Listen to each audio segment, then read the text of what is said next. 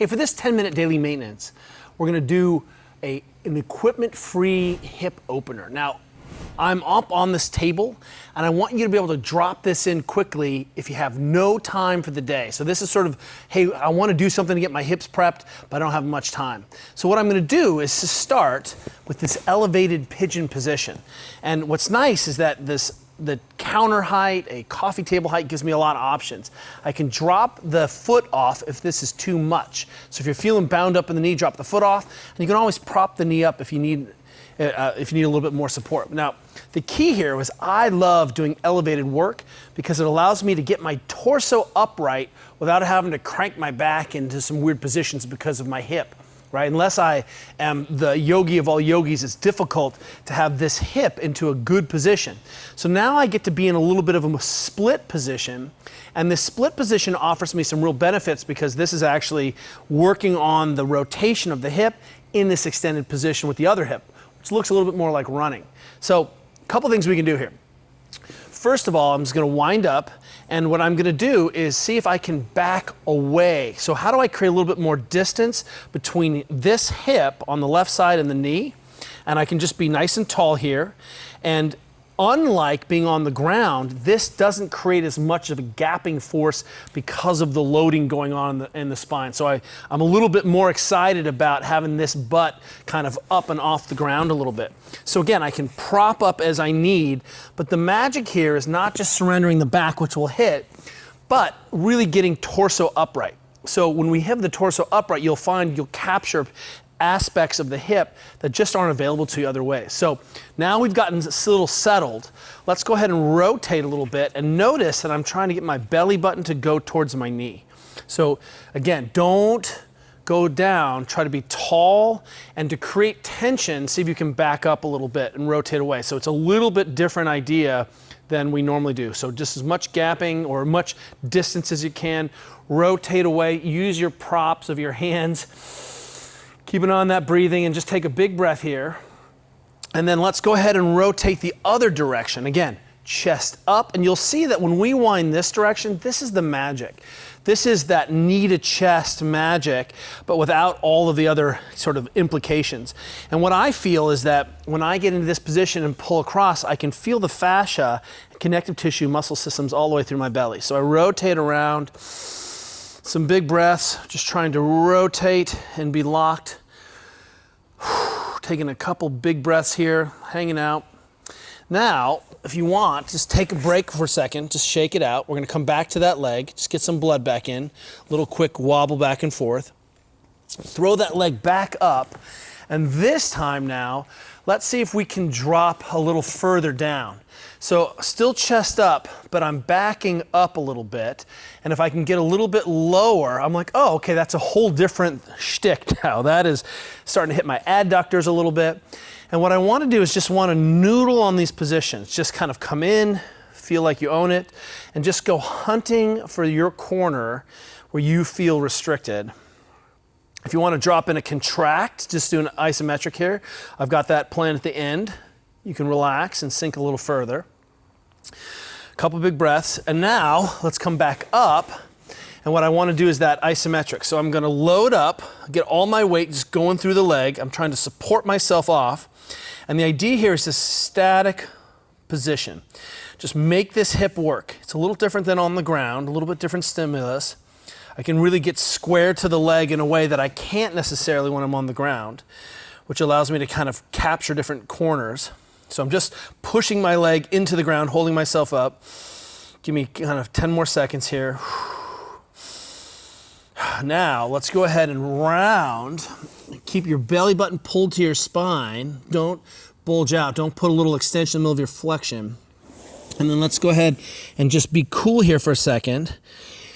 And see if you can breathe into that back. Again, pull your belly button to your spine. Some big breaths here. And just let that round and be soft. If you want to play with this position, I like to move my hand away from my knee. So I've got my left knee here, hand is going the other direction. I think that just feels amazing.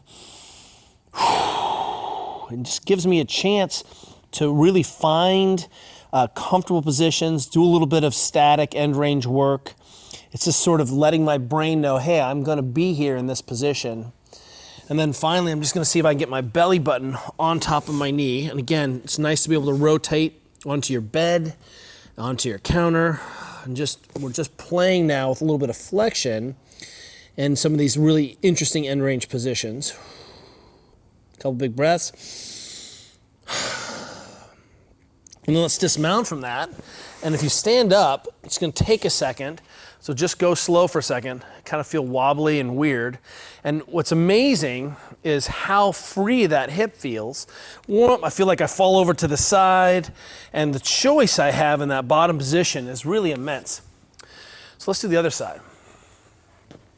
So personally, this is one of those quick mobilizations that I try to do obsessively. What I have found is that my personal kind of keys to having my back not be stiff, having more power on my bike, is this position. And it's not an accident. I think it is such a staple in the yoga communities. So, but for a lot of our athletes, it's just not tenable to be on the ground. So being up on any surface, even if you just want to read or text or watch some TV in this position, this is the edge of the couch, right? All right, so we're hanging out here for a second, just letting the tissues know we're coming, getting used to it a little bit, get the shakes out. Then let's go ahead and rotate, chest tall, rotate away and see if we can open up this hip a little bit. So I'm just pushing away from my knee, using my hands, chest up. I can add that all the way in. It's basically finishing the idea of just grabbing that neck all the way down. You'll capture all of those connective tissue systems. Couple big breaths, and then let's rotate the other direction. So now I'm just gonna roll, and again, this is where I really start to feel it attach into my belly. Couple big breaths here. Rotating around. Chest tall. This feels great. It's kind of the rotation I think everyone's looking for when they get on the ground or they crack their back. But we have to really wind up this hip capsule and the hip tissue system to get here. Then let's come forward. And let's do that where we just kind of support ourselves now. So I'm just pushing into the knee here. Pushing, just holding myself up. We're just gonna do like a 30 to 40 second isometric here. Just hold on, and as that slack becomes available, if you can go further, let it go further. Just sink a little bit further. Couple more big breaths.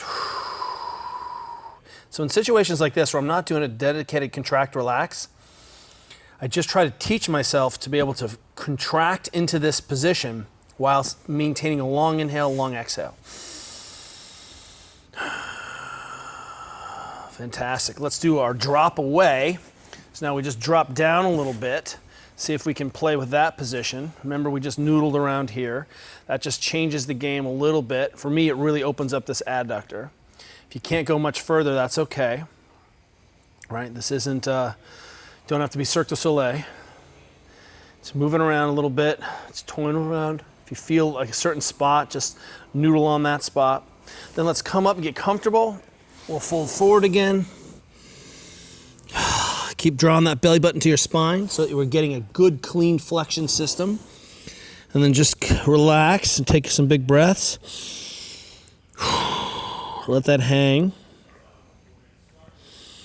And then remember, we finished with belly button over the knee, but I want to finish with my favorite. So just go belly button to knee here for a second. Reach down. Couple big breaths into your back.